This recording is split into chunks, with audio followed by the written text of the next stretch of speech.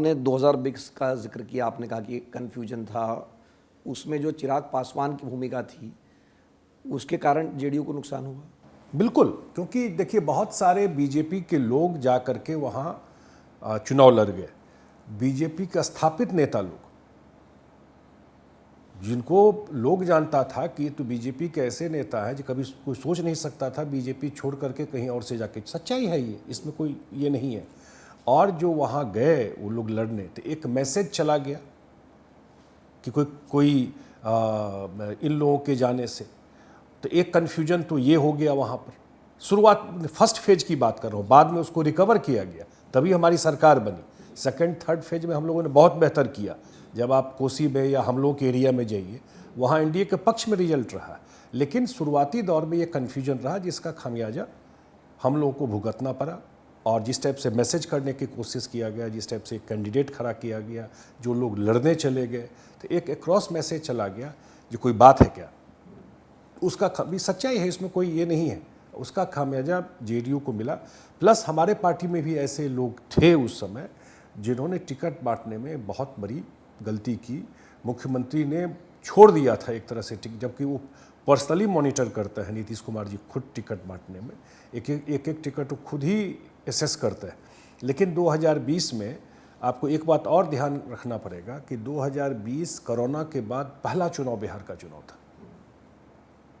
Corona का second wave आया था और उसके बाद सीधा, तो गुड बैड जो भी था, एक पब्लिक मेमोरी में बहुत सारी चीज़ें थी। उसका बाद पहला चुनाव बिहार हुआ था और मुख्यमंत्री ने भी छोड़ दिया पार्टी के में, उन्होंने जिन लोगों को जवाबदेही उस समय दी थी, तो कुछ हम लोगों का उसमें भी गलती हो गई। तो ऑल टुगेदर ये उसका ये इम्पैक्ट हुआ कि जेडीयू को, देखिए या तो बीजेपी जेडीयू दोनों हारती, ऐसा नहीं हो सकता है कि एक जीत गया और एक हार गया अलायंस, या दोनों जीतते, तो ये तो था तो ये जो आप बात कह रहे हैं कि उस समय से ये भी चर्चा रही कि चिराग पासवान को बीजेपी ने ही खड़ा किया ताकि जेडीयू को नुकसान हो।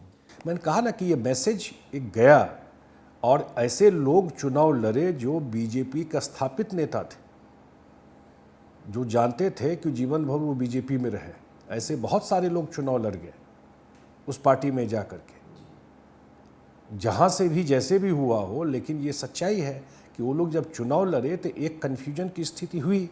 जब बीजेपी को भी रियलाइज हुआ, उनके लीडरशिप को जानकारी हुई और रियलाइज हुआ, तो फर्स्ट फेज के बाद वो लोगों ने भी स्ट्रांगली मैसेज देना शुरू किया, तभी तो परिस्थिति बदली। लेकिन फर्स्ट फेज में ये कन्फ्यूजन रह गया था। नहीं तो अब 2025 पर लौटते हैं हम लोग। तो इस बार चूंकि लोक जनशक्ति पार्टी रामविलास वापस एनडीए का हिस्सा है, तो सीटें तो 243 ही है, आपने 115 सीटें पिछली बार लड़ी, तो अब इस बार कैसे बंटवारा होगा सीटों का? देखिए बहुत इशू नहीं है, ये अलायंस 1996 से चल रहा है और हर एक बार बात होता है कि सीटों का बंटवारा कैसे। लोकसभा में आपको पता चला कहीं पर जो कोई कन्फ्यूजन, किसी तरह की कोई बात आपस में तय हुआ कौन कितना सीट लड़ेगा? उस बार भी यही हो रहा था कि कैसे लड़ेंगे, कैसे सेटल हो गया, स्मूथली सेटल हो गया। तो मुझे नहीं लगता कि बहुत प्रॉब्लम इसमें होगा।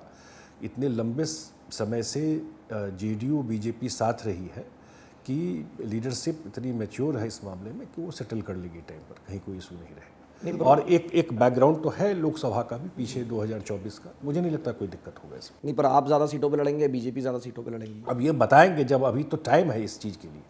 लेकिन जो भी ये होगा एमिकेबली ये हो जाएगा, कहीं कोई सीट को लेकर के कहीं कोई कन्फ्यूजन